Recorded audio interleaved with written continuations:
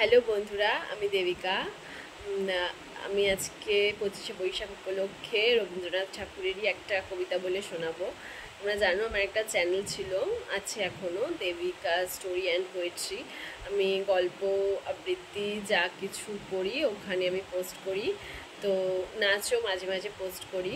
তো অনেক দিন গল্প আবৃত্তি পোস্ট করা হয় না। তো আজকে আমি রবি ঠাকুরের জন্মদিন 25শে বৈশাখ উপলক্ষে একটা আবৃত্তি ছোট করে করছি। তো গলাটা একটু খারাপ আছে, তাও আমি আবৃত্তিটা করছি। কেমন হবে জানি না, তোমরা জানিও। ভালো লাগলে অবশ্যই লাইক করো, শেয়ার করো, কমেন্ট করো।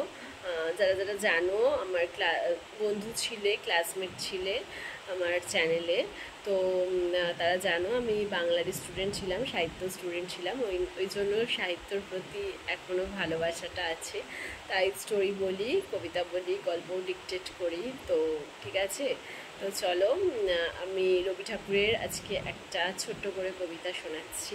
জানিও, ভালো লাগলে অবশ্যই লাইক করো, কমেন্ট করো, শেয়ার করো। ঠিক আছে, চলো আমি স্টার্ট করছি। ছেলে যদি মানুষ করিতে চাই, তবে ছেলেবেলা হইতেই তাহাকে মানুষ করিতে আরম্ভ করিতে হইবে, নতুবা সে ছেলেই থাকিবে, মানুষ হইবে না।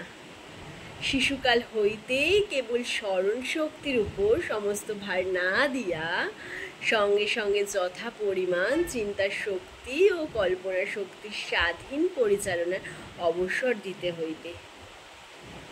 নমস্কার। তোমরা জানিও আমার আবৃত্তিটা কেমন লাগলো। ঠিক আছে, তো এই প্রসঙ্গে আমি একটা কথা বলতে চাই, রবি ঠাকুরের এই আবৃত্তিটার প্রসঙ্গে।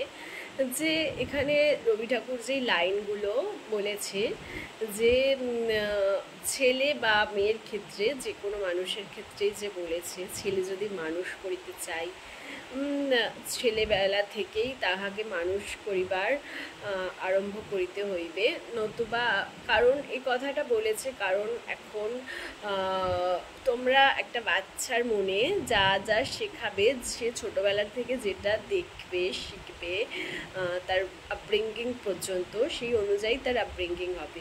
সে যেরকম পরিবেশে বড় হবে, যেরকম জায়গায় বড় হবে, সেখানেই সেরকমভাবেই তার আপব্রিঙ্গিংটা হবে।